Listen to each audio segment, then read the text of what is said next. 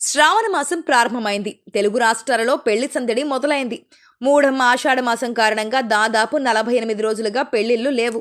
దీంతో కళ్యాణ మండపాలు, వాటి మీద ఆధారపడిన అనేక మంది జీవితాలు వెలవెలపోయాయి. ఇక వస్త్ర దుకాణాలలోనూ, జ్యువెలరీ షాపులలోనూ పెద్దగా కొనుగోలు చేసిన దాఖలాలు కనిపించలేదు. మళ్ళీ ఇప్పుడు శ్రావణ మాసం ప్రారంభం కావడంతో తెలుగు రాష్ట్రాలలో సందడి మొదలైంది. పెళ్లిళ్లు, శుభకార్యాలలో ప్రజలు నిమగ్నమైపోయారు. షాపింగ్ కూడా కలకలలాడుతోంది. ఈ నెల 26వ తేదీ నుంచి వివాహాలకు మంచి ముహూర్తాలు ప్రారంభం కావడంతో అందరూ పెళ్లిళ్ల హడావిడిలో పడిపోయారు. ఇక ఈ సీజన్లో జూలై 31, ఆగస్టు 1, 3, 5 తేదీలలో మంచి ముహూర్తాలున్నాయి. ఆగస్టు 7వ తేదీ నుంచి 17వ తేదీ వరకు చాలా బలమైన ముహూర్తాలు ఉన్నాయని పురోహితులు చెబుతున్నారు. ఇక సెప్టెంబర్ చివరి వారంలో కూడా శుభ ముహూర్తాలు ఉన్నాయని, అక్టోబర్ నెలలో 3వ వారం మినహాయించి మిగిలిన అన్ని రోజులు అనుకూలంగా ఉన్నాయని చెబుతున్నారు.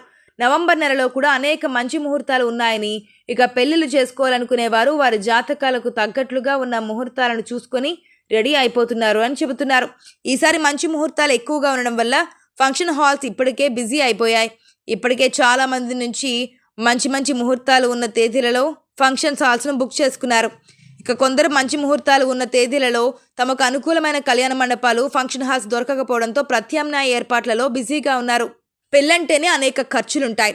హౌస్ రెనోవేషన్, పెయింటింగ్ మాత్రమే కాకుండా నగలు కొనుగోళ్లు, బట్టలు, ఫర్నిచర్, రెడీమేడ్ వస్త్రాలు, పాదరక్షలు, వివాహ greeting cards, dry fruits, sweets, fruits, puja సామాగ్రి, కిరాణా, ఆహార ధాన్యాలు, అలంకరణ వస్తువులు, గృహాలంకరణ, ఎలక్ట్రికల్ యూటిలిటీస్, ఎలక్ట్రానిక్స్ మొదలైన వాటికి భారీగా ఖర్చు చేయాల్సి ఉంటుంది.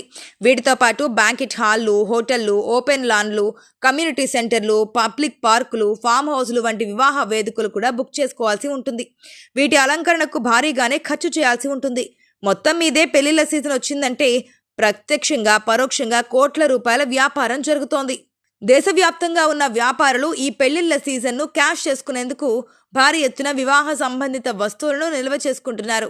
కస్టమర్ల డిమాండ్కు సప్లై తగ్గకుండా చూసుకుంటున్నారు. ఇక పెళ్లిళ్ల సీజన్ వచ్చిందంటే పెళ్లి చేసుకోవడానికి వచ్చే పురోహితుల దగ్గర నుంచి పెళ్లి చేయడానికి వచ్చే పురోహితుల దగ్గర నుంచి ఫోటోగ్రాఫర్లు, వీడియోగ్రాఫర్లు, వంట మనుషులు, డెకరేషన్ చేసేవారు, టెంట్ హౌస్ సామాన్ ఇచ్చేవారు, ఫంక్షన్ హాల్స్లో శానిటేషన్ చూసేవారు, ఆర్కెస్ట్రా కళాకారులు, సన్నాయి మేళం వారు, బ్యాండ్ మేళం వాళ్ళు, ఇలా ఒకరేంటి ఎంతో మందికి ఉపాధి లభిస్తోంది. ఇక ఈ సీజన్లో ఏకంగా దాదాపు 5 లక్షల కోట్ల మేరకు బిజినెస్ జరగవచ్చనేది ఒక అంచనాగా చెప్తున్నారు.